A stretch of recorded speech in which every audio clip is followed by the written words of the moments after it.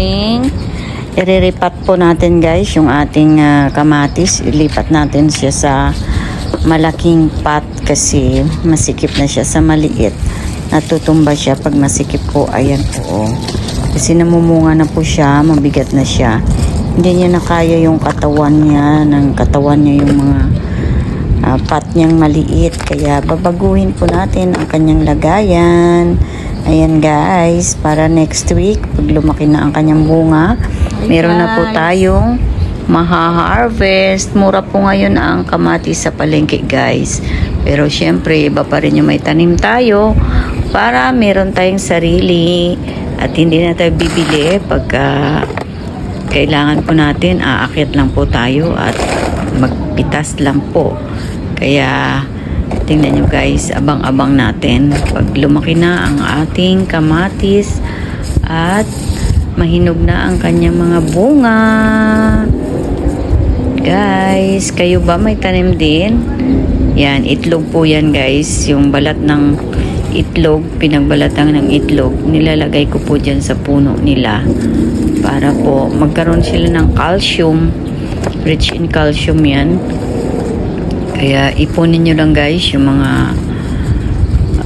balat ng inyong itlog at ilalagay nyo lang yan dyan para po meron po siyang source ng calcium at saka nutrients. Ayan, sana hindi siya malanta bukas kasi ginalaw natin ang puno niya. Ayan guys, tingnan nyo guys, ganyan lang po. Kasi mas maganda po yan yung plastic kasi malamig po yan. Wala tayong mabibiling pot na ano kasi medyo mahal yun. Yung pot na clay pot, medyo pricey, kaya yan lang kaya ng budget natin. At saka matagal din po yan masira yung ganyang klaseng pot, kaya yan ang ginagamit natin.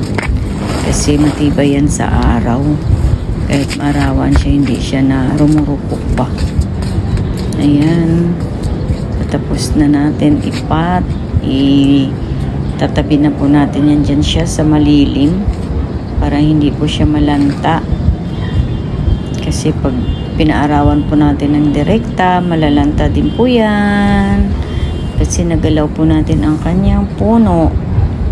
Kaya thank you guys. Thank you for watching. Abang-abang lang sa susunod na kabanata. Pagpitas natin ng ating bunga ng ating kamatis. Ayan. Dinagdagan lang natin ang lupa. Doon tayo kumuha sa labas. Ayan. Tapos na guys. Tapos na, yan natin siya ilagay dyan sa may malilim na banda para hindi po siya masyadong naaarawan. Ayan. Masarap din magtanim-tanim guys kasi libangan din yan pag wala tayong ginagawa sa hapon. Imbes na gumala, tipid-tipid din yan.